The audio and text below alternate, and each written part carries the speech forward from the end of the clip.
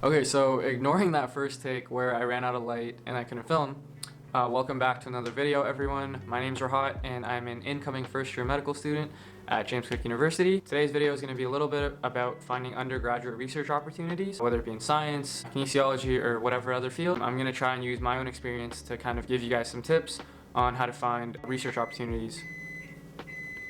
So like I said, I'm going to try and give you guys some tips and pointers about how to go about finding research opportunities during your undergrad, so then when you need to apply to med school or apply to grad school, you have kind of something to put on your resume and you might have also found something that you're super interested in. So for my first tip, I would recommend is just finding out what you're passionate about or thinking about the world around you and what you're curious about. For me personally, I like writing things down, so I have this notebook here where I write down any ideas I have or anything I'm curious about or any questions I have, either from my classes or just seeing things day to day. I think that helps to build a strong foundation for kind of what you're interested in. So down the line, when you need to have a conversation with someone, you can say, hey, like I'm interested in your work because of XYZ and ABC and whatnot. So when it comes to searching for research opportunities, sometimes you can find it very easily through your university just by like looking on the research pages or maybe in your faculty's website.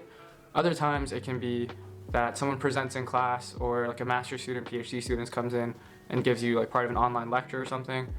But if you don't have those opportunities, what you can do is just search up whatever it is you're interested in and say like the name of your university on Google and look up like undergrad research. And chances are you might come across like a scholarship, you might come across different labs, different professors, just different faculty members who do research in that area. And then that can help you kind of, again, build that network of people that you can be talking to in order to start this pathway of doing research. So for me personally, I've been pretty lucky when it comes to finding research opportunities, and that's just because I just happened to be at the right place at the right time. And in second year, I was doing photography for one of my friend's conferences, and there's a surgeon there who was talking about her database work that she does in terms of oncology. So I've always been interested in cancer as well. So I ended up just talking to her, and then next thing I know, I've been working with her for the last year now. And then first year, I ended up going to another conference that my friend just happened to take me to. And one of the professors there, he was in my faculty, and he did work with exercise and oncology. Again, two things that I'm really passionate about. I just sparked up a conversation with him, and next thing I know, I'm touring his lab, and then he offered me a place to volunteer, and I've been volunteering there for a while now. And so that just leads me into my next tip, which is just networking with professors and with faculty members, with master's students, whatever it is. Obviously, it's a bit harder now with COVID, and a lot of things are online, so it's not as easy to network, and that's where email comes in. But if you do have the opportunity to either talk to your professors via Zoom or maybe see them in person if you're still having some sort of in-person classes, and you kind of like what they're doing, then you can talk to them about it and be like, hey, do you have any opportunities for undergrad students to do research in your lab or in your practice or whatever it is. Taking that first step to just talk to them and showing interest in what they do really helps. So this might come across as a bit controversial, but I'm not the biggest fan of cold emailing people just because I like having that personal connection, and I feel like from my own experience, professors and doctors and stuff, they've liked that too. Like they like knowing that you're interested in what they do, not necessarily just you want a spot somewhere.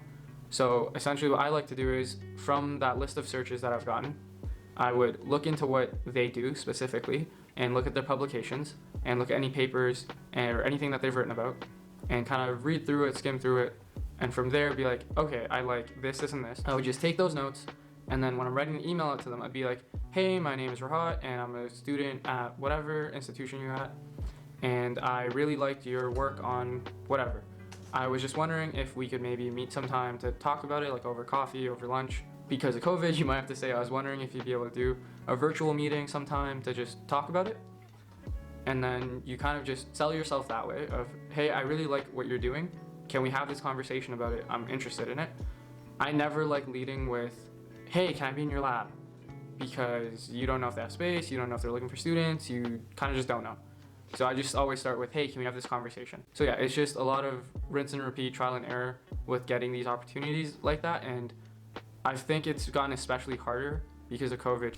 And in the case that you are going to be cold emailing professors or doctors or whoever, make sure you follow proper email etiquette. So that's like saying, dear, insert their name, my name is, insert your name, and my student number is blah, blah, blah. and I'm a student in the faculty of whatever at the university of somewhere.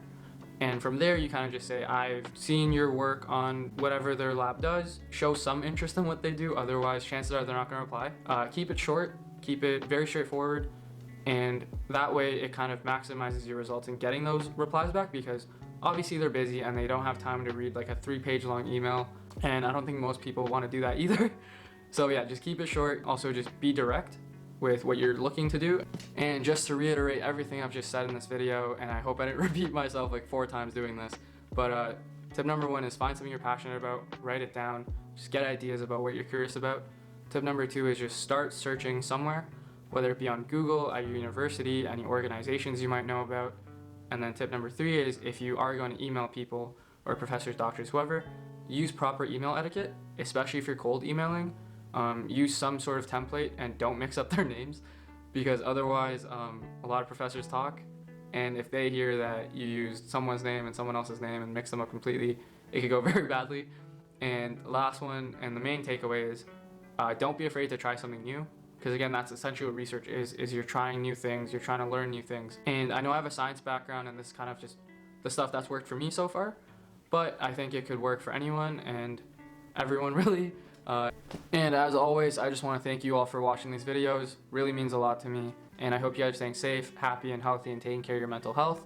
And again, if you've got any questions for me regarding research, regarding university, medical school, photography, whatever, life, let me know in the comments below, or let me know on Instagram. And if I figured out the plugin, it'll be here or here, but it's probably just in the description box below. So yeah, if you got any questions, hit me up on there, and I'll see you guys in the next one.